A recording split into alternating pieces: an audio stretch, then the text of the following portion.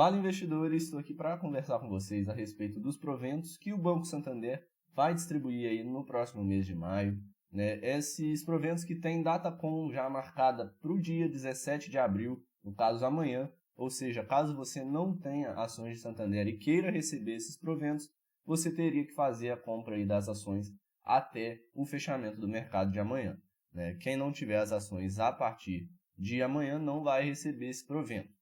E eu vou mostrar para vocês aqui quanto de yield que esse provento representa aí para o Banco Santander, né? Vamos dar uma analisada nos resultados também, na cotação, enfim, vamos dar uma geral aqui no Santander para vocês verem se faz sentido ou não investir no Banco Santander para receber esses proventos e os próximos que virão. Primeira coisa, vamos dar uma olhadinha na cotação do Banco Santander, né? Um banco que nos últimos anos sofreu bastante com a sua cotação. Se a gente puxar aqui o histórico de 5 anos, a gente vê que ele chegou lá no ano de 2020, no ano da pandemia, próximo ali dos R$ 9, R$ 10 a cotação, né? Depois, no ano de 2021, aquela recuperação astronômica, voltou ali próximo dos R$ 14. Lembrando que aqui eu estou olhando as ações ordinárias, mas basicamente todas elas seguem o mesmo padrão, né? A gente tem uma grande volatilidade nas ações de Santander e principalmente aí no último ano, né?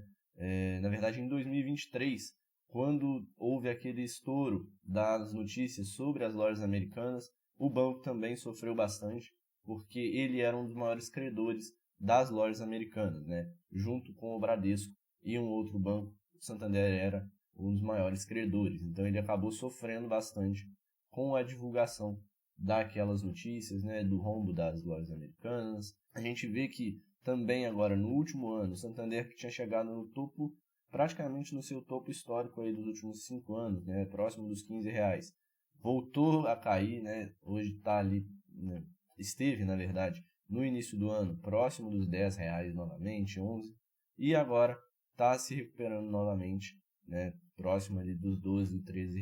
O banco tem um PL de 7 vezes lucro, ou seja, você levaria 7 anos para recuperar o seu investimento com base nos lucros do Santander, né, um P sobre VP de 0,8, né, então ele está sendo vendido aí abaixo do seu valor patrimonial, isso muito por conta dessa questão de provisões muito altas que ele teve de fazer, então o banco se desvalorizou bastante, né? Normalmente o Santander trabalhava com PVP mais próximo de 1 até acima um pouco, né, historicamente.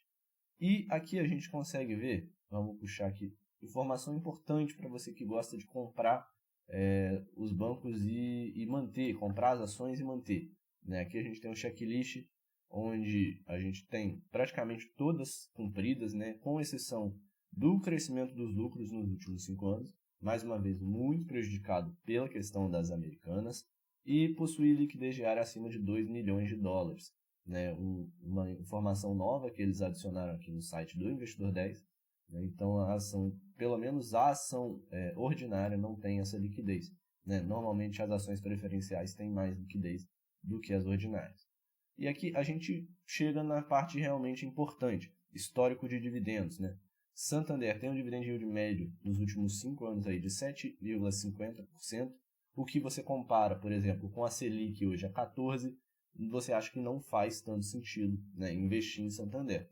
Mas, se você pega essas ações em momentos em que a economia está mais fragilizada, como agora, né, compra elas ali a valores descontados, como mostrei para vocês, PVP ali próximo de 0,8, né, um PL mais baixo também. Você comprando essas ações em momentos assim, em momentos em que a Selic estiver mais baixa, provavelmente elas vão se valorizar, né? Porque é um provento assim, que quando você compara com outras empresas, não é um provento tão baixo, né? O setor bancário tem essa vantagem de poder distribuir muitos dividendos. E a gente pega, por exemplo, nos últimos anos, o ano de 2024, ele se recuperou. Aqui em 2023, aquela queda que eu falei para vocês por conta das americanas, mas ele vinha de uma boa distribuição de proventos, né? Em 2020, ano da pandemia, chegou ali próximo dos 7,5%. Em 2021, chegou a 10% de dividend yield e no ano de 2022, 8%. Então ele vinha ali aumentando o seu nível de proventos, né? Exceção aqui de 21, que foi muito além, mas aqui, por exemplo, de 2020 para 2022, ele também subiu e teve essa queda em 2023 por conta de toda essa situação que eu passei para você. Mas já voltou a se recuperar, né? E aqui nos últimos 12 meses ele está com yield de 6,15%, né? Próximo ali da média, né? Se a gente for contar que ele ainda vai fazer algumas distribuições, né? A gente puxando o histórico aqui, a gente consegue ver que o Santander distribui dividendos no início do ano, né? Em janeiro, fevereiro, depois agora em abril, maio, ele também faz uma distribuição, em agosto, outra distribuição, e em novembro, outra distribuição. Então, se a gente for ver aqui o ano de 2025, por enquanto teve a do início do ano, janeiro e fevereiro, e estamos tendo agora a de abril e maio, né? Então, a gente pode contar que além dessa que vai ver no próximo mês, a gente pode ter ainda pelo menos mais 3 distribuições aí entre dividendos e juros sobre capital próprio. No caso, a de abril, né, que vai ser paga em maio, é uma distribuição de JCP, né, o juros sobre capital próprio. Eu vou mostrar para vocês aqui quanto que você precisaria ter investido em Santander, né, para receber uns proventos aqui. Aqui eu coloquei as 3 ações, né, ordinária, preferencial e a Unity, o valor de cada uma delas e aqui o dividendo que cada uma delas vai receber, né? Basicamente, esses aqui são os valores líquidos já, né, descontado do imposto, porque o JCP ele tem a cobrança de imposto de renda, né? E eu fiz uma média aqui. Esse aqui é o yield de cada uma das ações. A ação preferencial está com valor um pouco acima das outras, né? Se a gente for ver, o yield dela ficou abaixo, né? Então, nessa situação aqui, faz mais sentido você comprar uma ação ordinária de Santander, porque ela está mais barata e o yield dela está um pouco maior, né? Mesmo com a ação preferencial tendo direito ali a 10% a mais de dividendo, faz mais sentido ainda investir em uma ação ordinária por conta dela estar recebendo um yield maior de proventos. Então, muito por conta desse valor aqui, dessa diferença de valor.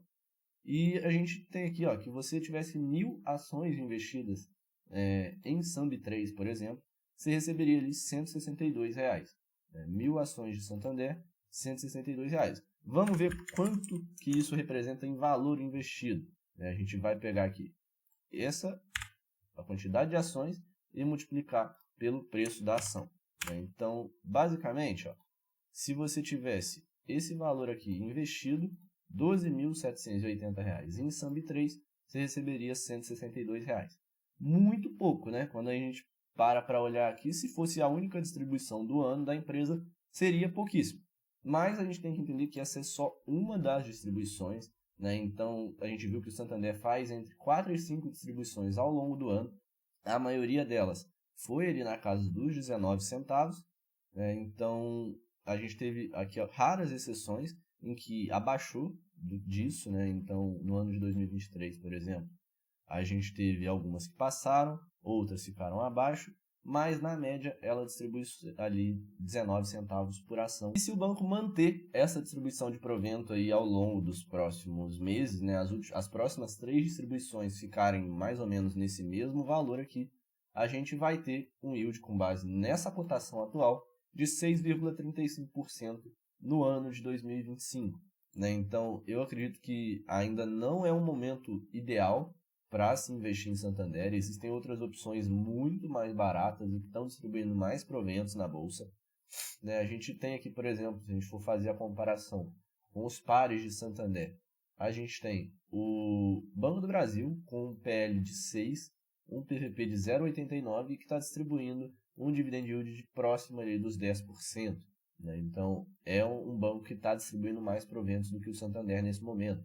Né? Temos o Bradesco, que salva todas as exceções aí, também está mais descontado do que o Santander e com o dividend yield, pelo menos nos últimos 12 meses, um pouco maior.